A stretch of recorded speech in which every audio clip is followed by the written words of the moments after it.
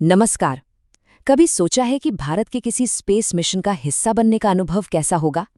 अगर हाँ, तो समझिए कि आपका सपना सच होने वाला है, क्योंकि इसरो एक जबरदस्त मौका लेकर आया है। आज हम सतीश धवन अंतरिक्ष केंद्र की इस नई भर्ती के बारे में सब कुछ जानने वाले हैं। तो चलिए सीधा मुद्दे पे आते हैं। कुल कितनी वैकेंसीज हैं?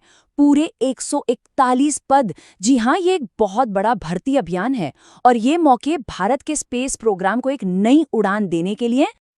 देखिए, ये सिर्फ नौकरियां नहीं हैं, ये भारत की अंतरिक्ष से जुड़ी महत्वाकांक्षाओं को सच करने का एक सीधा मौका है।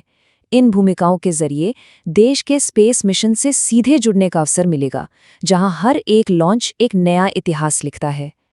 ठीक है, तो सबसे पहले उन जरूरी बातों पर एक नजर डालते हैं जो हर आवेदक के लिए जानना बेहद जरूरी है। तो सबसे पहले नौकरी का स्थान, श्रीहरिकोटा यानी भारत का अपना स्पेसपोर्ट। सैलरी रेंज भी काफ़ी अच्छी है। पद के हिसाब से लगभग 20,000 रुपये से शुरू होकर 1,77,000 रुपये प्रति माह तक जाती है। और सबसे बढ़िया बात, 10वीं पास से लेकर पोस्ट ग्रेजुएट्स तक सबके लिए मौके हैं। चयन प्रक्रिया में एक लिखित परीक्षा होगी, जिसके बाद स्किल टेस्ट या इंटरव्यू होगा। अब सबसे जरूरी चीज, तारीखें। इन्हें कहीं नोट कर लीजिए। ऑनलाइन आवेदन 16 अक्टूबर से शुरू होंगे और 14 नवंबर 2025 को बंद हो जाएंगे। तो बिल्कुल भी देरी नहीं करनी है, क्योंकि ये मौका हाथ से निकलना नहीं चाहिए। तो अब सवाल ये उठता है कि ये 141 पद असल में हैं कौन कौन से? चलिए अब जरा विस्तार से समझते हैं कि किस किस तरह की भूमिकाएं उपलब्ध हैं। इन काफी विविधता है। सबसे ज्यादा यानी 70 पद टेक्नीशियन बी के लिए हैं, जो असल में इसरो के ऑपरेशंस की रीढ़ हैं। इसके बाद टेक्निकल और साइंटिफिक असिस्टेंट के लिए 31 पद हैं और 23 पद सीधे तौर पर साइंटिस्ट और इंजीनियर के लिए हैं। बाकी के 17 पद दूसरे सहायक भूमिकाओं के लिए हैं। अच्छा, अब जब हमें पता चल गया है कि कौन कौन से पद खाली हैं, तो अगला सवाल ये है कि क्या इन भूमिकाओं के लिए पात्रता की शर्तें पूरी होती हैं? इसे एक तरह की चेकलिस्ट समझिए। यहाँ एक बात पर ध्यान देना बहुत जरूरी है। हर पद के लिए उम्र की सीमा अलग है। मिसाल के तौर पर साइंटिस्ट या इंजीनियर SC पद के लिए ये 18 से 30 साल है, तो वहीं टेक्निकल असिस्टेंट के लिए 35 साल तक की छूट है।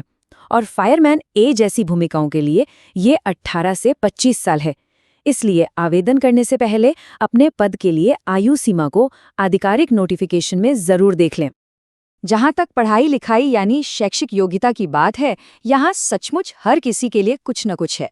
अगर आपके पास ME या MTech जैसी पोस्ट ग्रेजुएट डिग्री है तो साइंटिस्ट के पद हैं। अगर डिप्लोमा या ITI सर्टिफिकेट है तो टेक्निकल भूमिकाएं इंतजार कर रही हैं।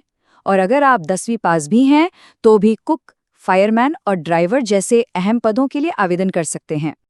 ठीक है, तो मान लेते हैं कि आप योग्य हैं और आवेदन करने में रुचि रखते हैं। तो अब अगला कदम क्या होगा? चलिए अब आवेदन जमा करने के लिए जरूरी स्टेप्स पर ध्यान देते हैं। आवेदन की प्रक्रिया बहुत ही सीधी और सरल है। बस 3 आसान से कदम। पहला, सतीश धवन स्पेस सेंटर यानी STSC शार के भर्ती पोर्टल पर ऑनलाइन रजिस्टर करना है। दूसरा, अपने दस्तावेज, फोटो और सिग्नेचर अपलोड करने हैं। और तीसरा, फीस का भुगतान करके डेडलाइन से पहले पहले फॉर्म जमा कर देना है। अब एक ऐसी बात जो इस भर्ती को बहुत खास बनाती है, और वो है आवेदन शुल्क। अगर आप परीक्षा में बैठते हैं तो आपकी फीस का एक बड़ा हिस्सा आपको वापस मिल जाएगा। ये वाकई में गंभीर उम्मीदवारों को प्रोत्साहित करने का एक शानदार तरीका है। तो फीस कितनी है? देखिए, जो उच्च पद हैं उनके लिए ये 750 रुपये हैं, जिसमें से 500 रुपये परीक्षा देने पर वापस आ जाएंगे।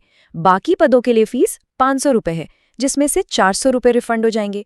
और सबसे अच्छी खबर ये है कि महिला, SC, ST, दिव्यांग और पूर्व सैनिकों के लिए कोई फीस नहीं है, बिल्कुल शून्य। अब चयन प्रक्रिया को समझ लेते हैं।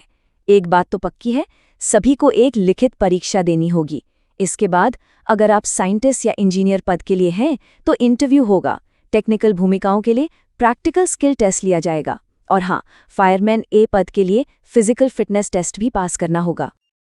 तो ये थी इसरो की इस बड़ी भर्ती की पूरी जानकारी।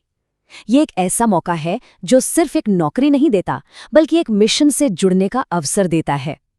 अब सवाल सिर्फ एक ही है, क्या अपने करियर को ऑर्बिट में लॉन्च करने और भारत की इस शानदार अंतरिक्ष यात्रा का हिस्सा बनने के लिए तैयारी शुरू कर दी जाए?